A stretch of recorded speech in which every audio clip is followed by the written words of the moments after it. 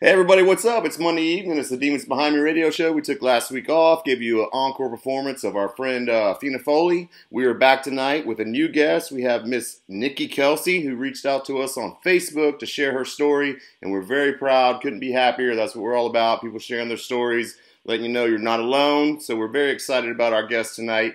And don't forget, we are an inspirational clothing company. Check us out at www.demonsbehindme.com. You have one more day.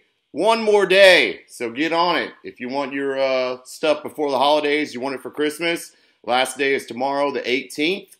So go grab it. Give the gift of hope and inspiration.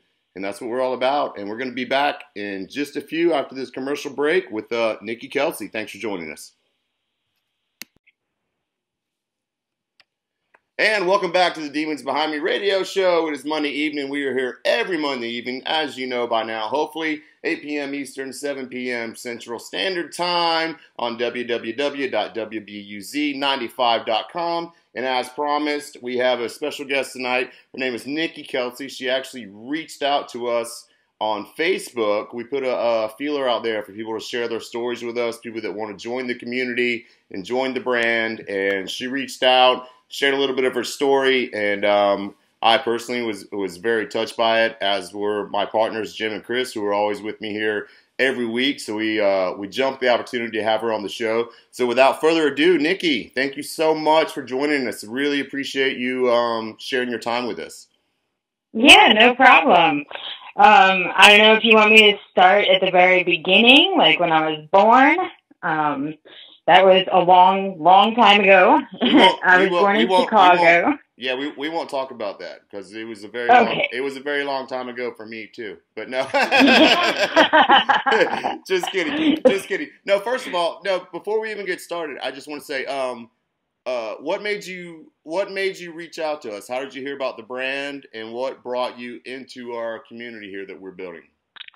Well, I became friends with your mom, I believe it was, on Facebook several years ago, and I have been sharing my recovery story on Facebook, just to let people know that there's still hope and things can turn around and things can change.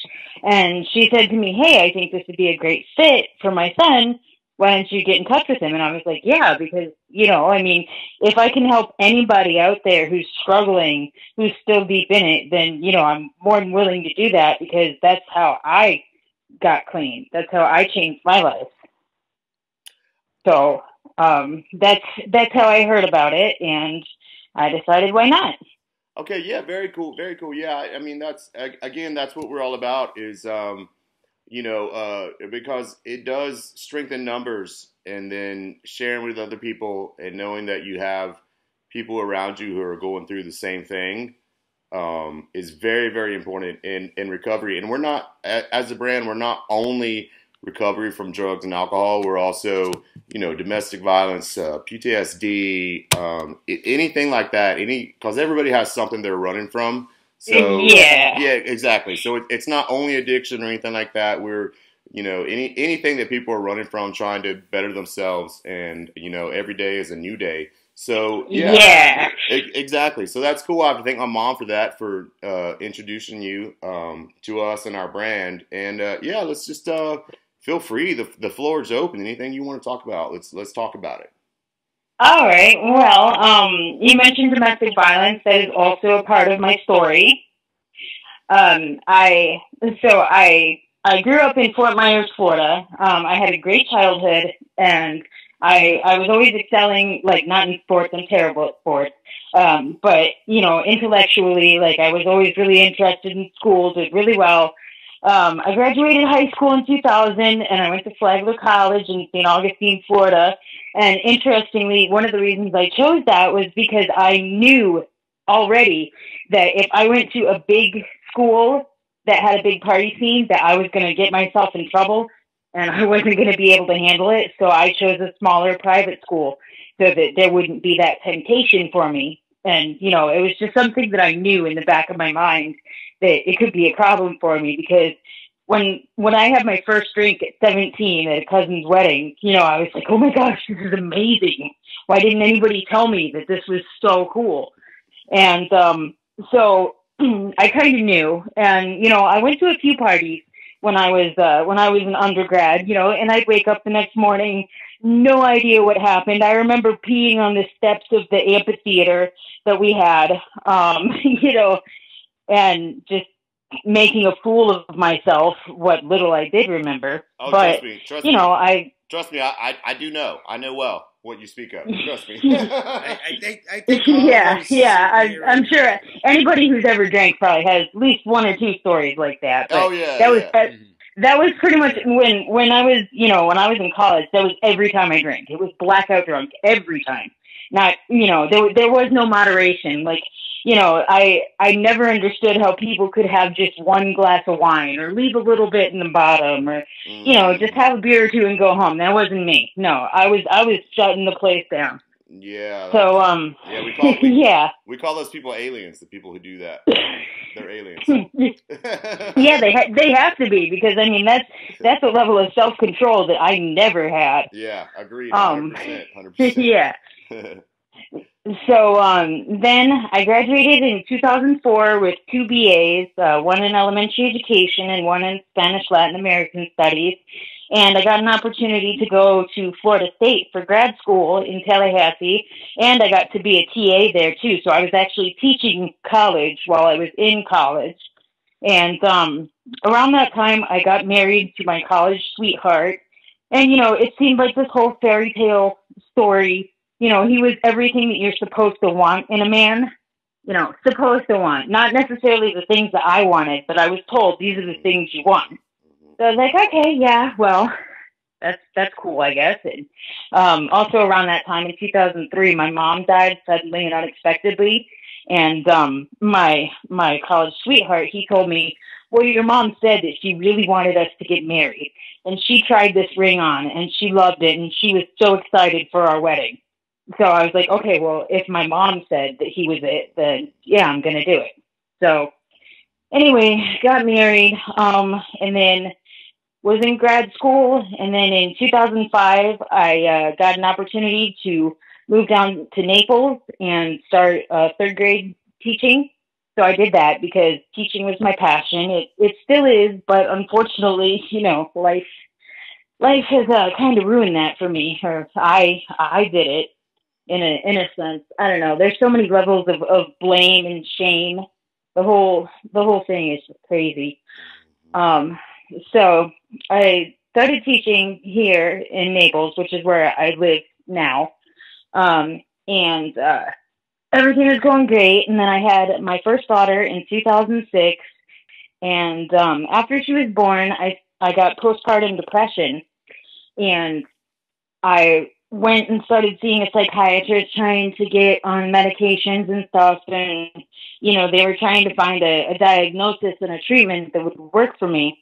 And so I'm trying all these different things. And around this time, between the birth of my first daughter and the birth of my second in 2008, was when my husband really started to step up his game. Like, at first it was just things like, oh, you don't watch Comedy Central. You don't like South Park. You watch the Disney Channel.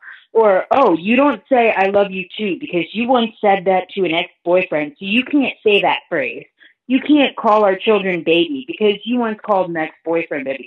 Just things like that. So it went up from that to the point where he was chasing me around our house and tackled me in our gravel driveway. And he told me the whole time he's holding me down, I'm bleeding and, crying and yelling.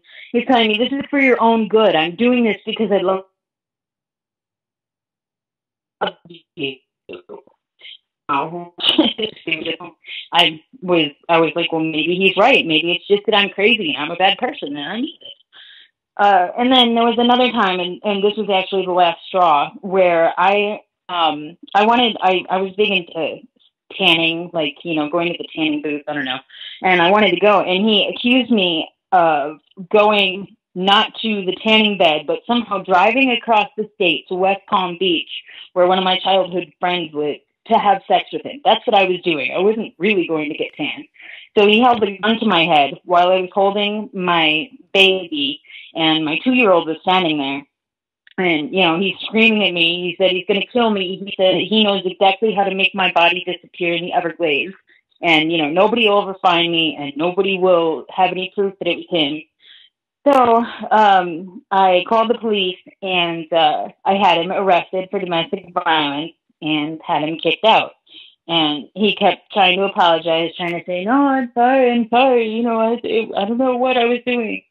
And so once he was gone, I was like, all right, well, now I can find out who I really am without him being looking over my shoulder the whole time and telling me what to do. And I was like, well, he really, really hated drinking. So now I can drink. I can have a beer. So, I'd come home after work with a 6-pack and I'd put it away, because you don't go to sleep until there's no beer left, obviously. And then, branching out also to harder alcohol, like vodka and tequila, things that, they make me fall down and make my clothes fall off, all sorts of embarrassing things. But then, so I was doing that, exploring, finding myself. And he went and he hired a really, really expensive divorce attorney. And he started calling DCF on me because I still had our 2 children. And he started saying, like, because I had a video of them on Facebook where they were dancing to 9 Inch Nails because, I'm a rocker and I was teaching my kids to like rock. And he tried to say it was child pornography because they were dancing. And then, like, they seized my computers. They did all these things. And so and he called the newspapers and he called the local news stations and he told them all about how I was doing heroin, which even to this day, I've still never seen heroin. Heroin was not something I ever got into. It's not part of my story, but he was saying this back then before I'd ever seen any hard drugs at all. He was saying that I drank 3 liters of wine a day, and I don't even like wine. I've always been a beer person. So he said all these things, and the end result was that my oldest 2 children were remanded to his custody, and I was deemed an unfit mother because of all of these baseless accusations. And he was saying that I was saying our oldest daughter had autism because I wanted attention, and he just saying horrible things. So when he called the newspaper and he called the news stations, they started reporting on me, and the school district heard about it, obviously, and so they told me, well, you can resign or we can fire you because you've been compromised. I can't even remember the term that they used for it. It's something like loose morality is what they were saying that I had.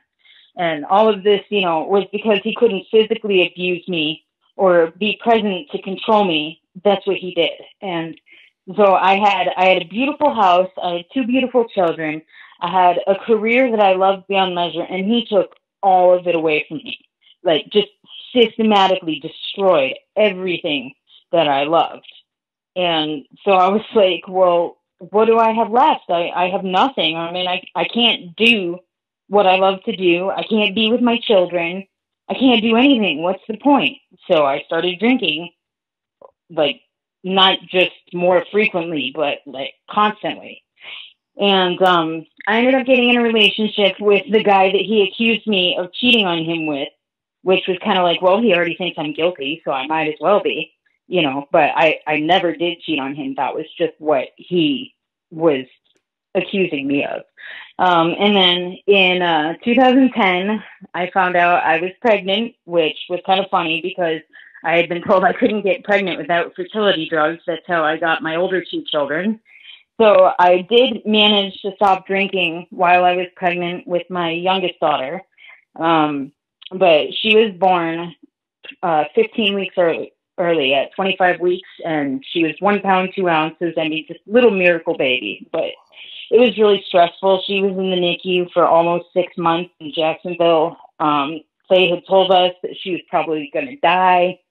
So that was stressful. So pretty much as soon as she was born, I went right back to drinking.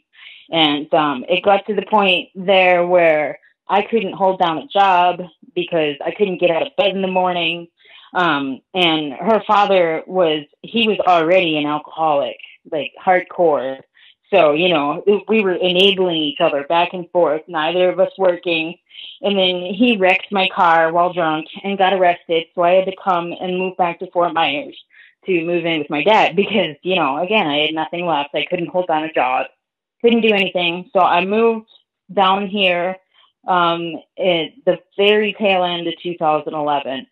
And then, it was obvious that I was being a burden on my dad. And, it's kind of embarrassing to fall apart in front of people whose opinion you value.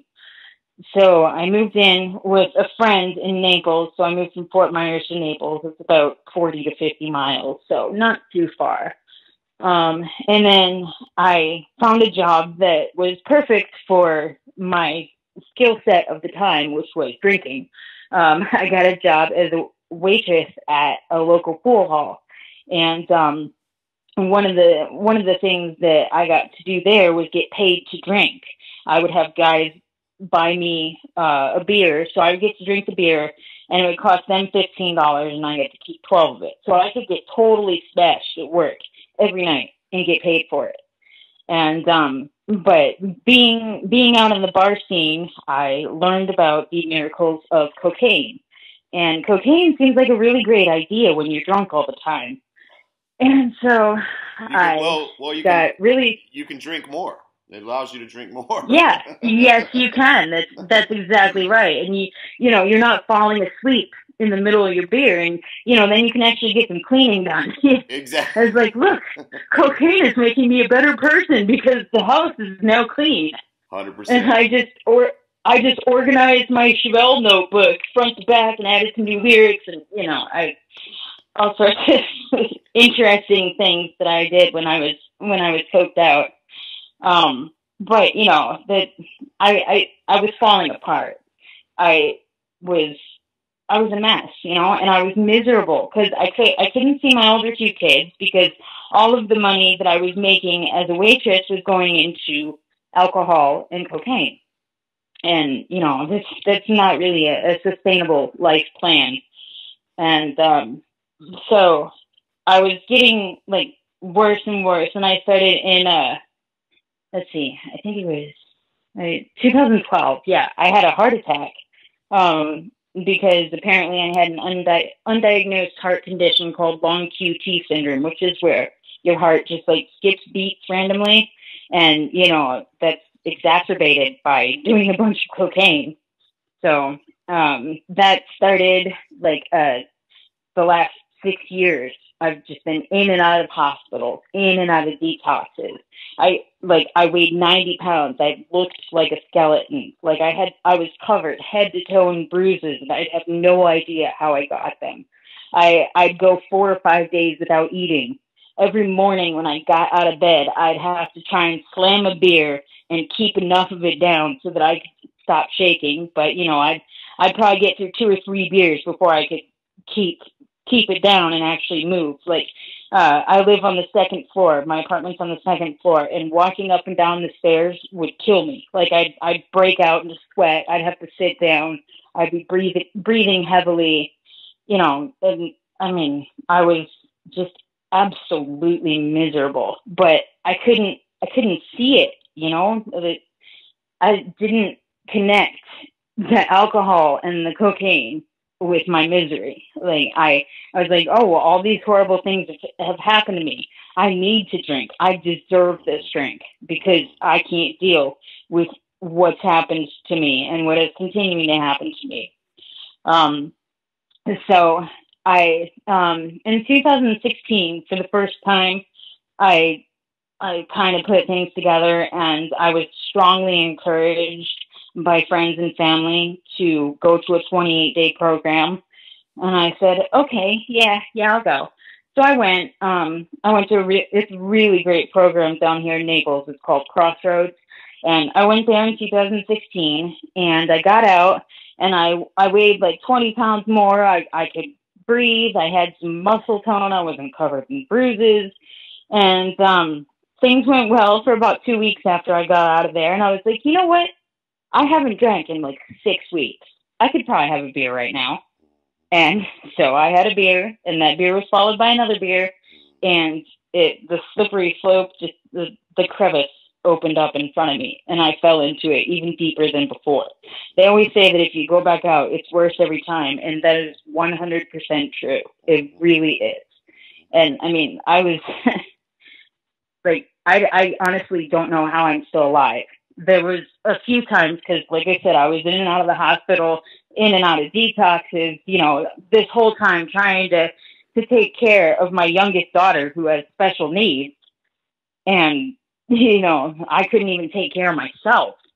But so it was the beginning of this year, 2018.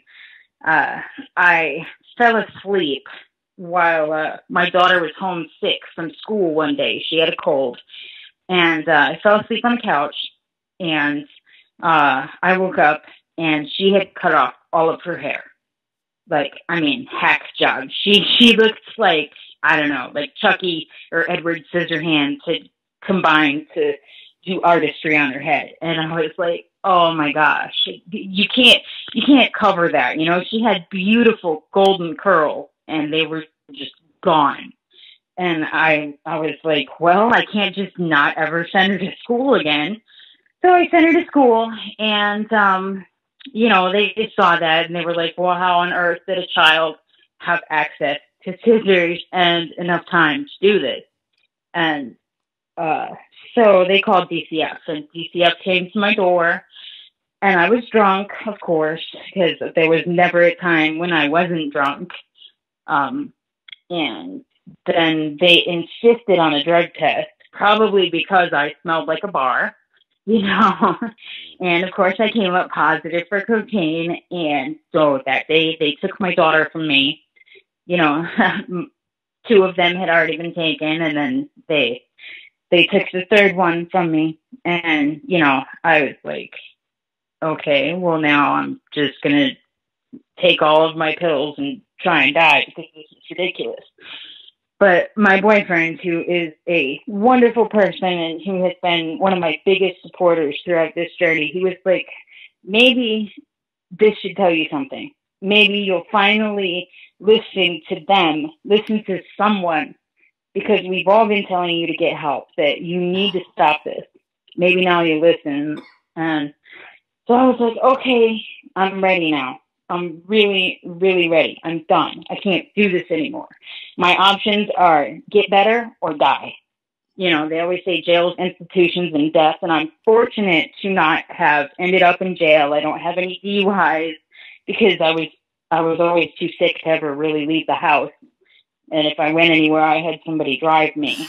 But, I was broken, and I thought, I don't want to die. I really don't want to die. I've been killing myself, but, and also part of my story is self-harm. I would try and take too many of my pills, my sleeping pills, or, I'd cut myself, all those kinds of things. It was me crying for help, but I wouldn't accept any help. And then finally, when they took my youngest daughter, I was ready. So I went to a detox, the Crossroads detox, on March 7th of this year. And then I followed it up with the Crossroads program again. Boy, were they surprised to see me back. And then I got out of there. I went into intensive outpatient program, which is, 3 days a week, 3 hours a day. So, it's kind of like a step down thing. And I got myself a sponsor, and I started working the steps, which is different from the time that I tried it in 2016, because when I was first introduced to AA, I was like, this is a cult. They want you to follow Jesus. Oh my God, it's such crap. And because I wasn't looking at the message, I was getting caught up in all of the semantics of it. And this time I opened my heart, and, they say you need a higher power. And I went back to the thing that got me through, besides the drinking, the thing that kept me from killing myself when my eldest two daughters were taken from me, and that is the band Chevelle. So I made them my higher power until I got in touch enough with my spirituality to, be like, okay, they're just a band, they're just cool guys, whatever. I love their music, but so I haven't had a drink or a drug since March 7th of this year. And I eat a lot now. I have a full-time job. I just got promoted. I work at a grocery store, which, isn't really using my education degree, but, that door closed, but this door opened, and there's a ton of opportunity for advancement in this company. I really love it. It's very flexible, and I'm making good money. I have my daughter back now.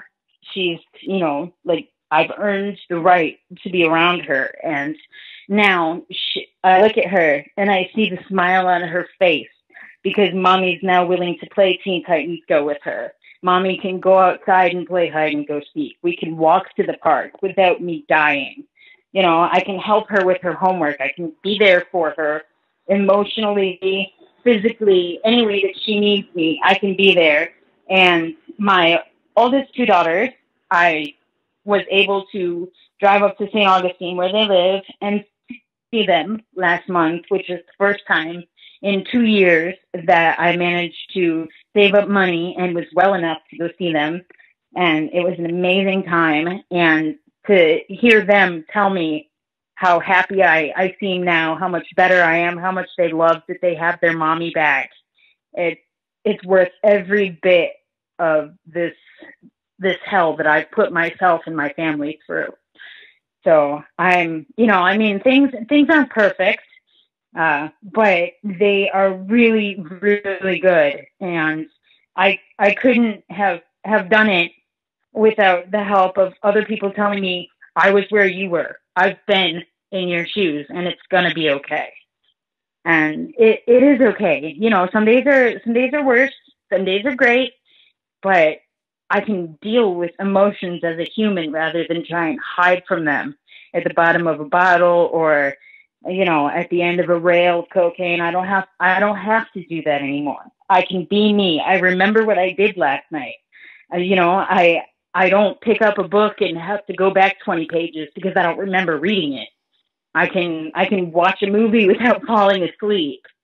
I can clean my house and dance around while I'm doing it. I put makeup on sometimes now. It's, I make an effort. I care about how I look, about how I feel, how I make others feel, what I can do for service. I'm a big cat lover, and so one of the great things about my job, I work at a grocery store, like I said, and they pay you to go volunteer.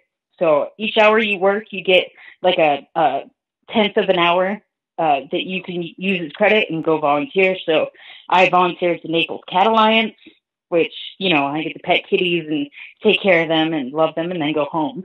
So, because I actually have quite a few cats. I'm a cat lady. I'm a cat lady. That's funny. Yeah, well, up until we've been working on rehoming a couple because there were some that just aren't compatible to the group dynamic. They needed to be only kitties. So we have 8 cats now. I'm highly allergic, so that wouldn't work for me. I couldn't do that. But oh no. Yeah. Well, let me just say, not to cut you short or anything. This is probably the best story that are not the. It depends on how you look at it, but the best shared story we've had given to us for what we're trying to do here. This has been unbelievable, and we're actually going to go over time here. We normally just do 30 minutes, but we're gonna go a little over time here because this is just too good for us to stop now. And I want to say personally, a lot of what you said hits home with me too. Like going to the gym and you were cheating. Yep. Been there. Or going to the tanning bed. I'm sorry. Going to the tanning bed. Yeah. And yeah, been there, done that. Gone to the gym and been cheating. Yep, been there, done that. The waking up with bruises and not knowing where they came from. Oh, I used to wake up a bloody mess. and there'd be blood in the bed and everything. I have no idea where it came from. So, yeah, a lot of what you said, you were saying, I'm just sitting here as you're talking, and I'm shaking my head, going, "Yep, yep, that happens." Exactly. So, congratulations. Like I said, that's an amazing story. And sorry for everything you've gone through. I know the abusive relationship too, and things like that. And to come out on the other side like you are, and don't, you're like, may not be the best job or whatever, and things aren't perfect. Things are perfect. You made it out. You made it on the other side. Like, who cares what you're doing? And you're not doing what you did. So it doesn't matter. Yes. Like, don't judge. You should never judge yourself like that. It sounds like you're not, but I'm just reinforcing that. Don't judge that at all. So I think it's fantastic, and it's an amazing story, and I'm very happy for you and where you've came and done. So I'm going to open the floor to the guys here, see if they have anything to say to you, and yeah. Hey, Nicky. Okay. Hey, Nicky, this is Jim. Thank you so much for sharing your story, and you share it so well. And I think you really get what we're trying to do, and what we are all about is helping people to understand that they're not alone. I'm really glad to hear that, your story's not over with. You've closed that last chapter, and you're writing a whole new chapter, and there's going to be another chapter after that and after that. But I'm so happy to hear that you have found some of the simple things in life that will actually bring you true joy, as opposed to finding it in a bottle or cocaine or drug. And, another thing that you mentioned before is you were going to the meetings or going to rehab, and you thought maybe it was a cult, or you had these ideas, we're demons behind me, and those are the demons. The demons are those thoughts in your head that this is a cult, or this isn't for me, or this isn't going to work for me. So I was also so glad to hear that you opened up your heart and you welcomed a higher power, and I think that is so powerful. The only question that I have for you, is there any one little nugget that you would like to share to anybody that may be listening on what may be able to help them? Well, there's kind of a two-part thing. One is kind of related, one is kind of not. But I wanted to point out and kind of reinforce what I said about how I had a happy childhood. I was raised in an upper middle class home. I have a great education.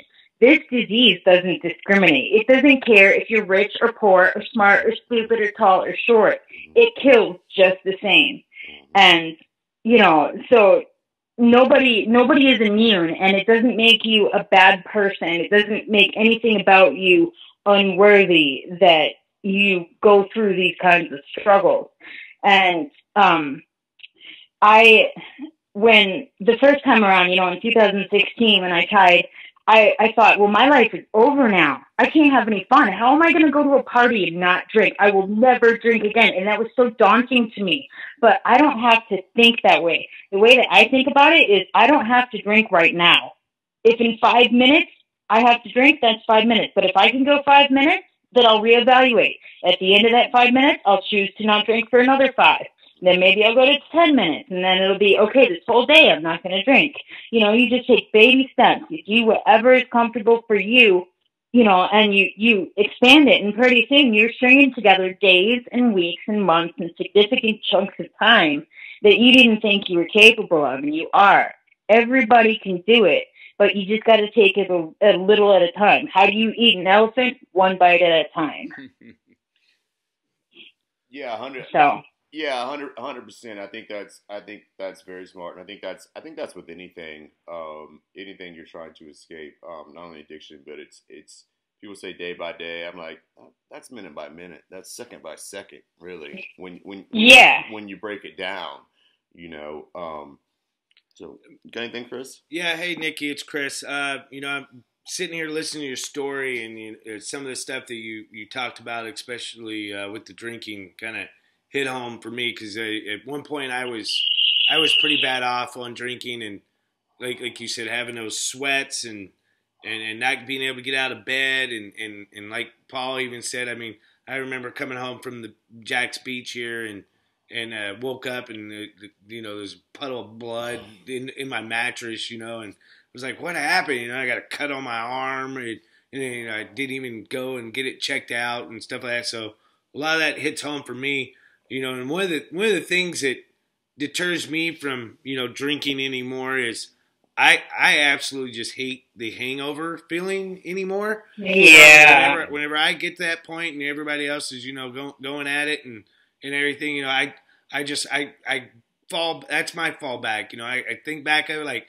man, I don't want to be in my bed all day. I don't want to waste my 2 days off I have a week.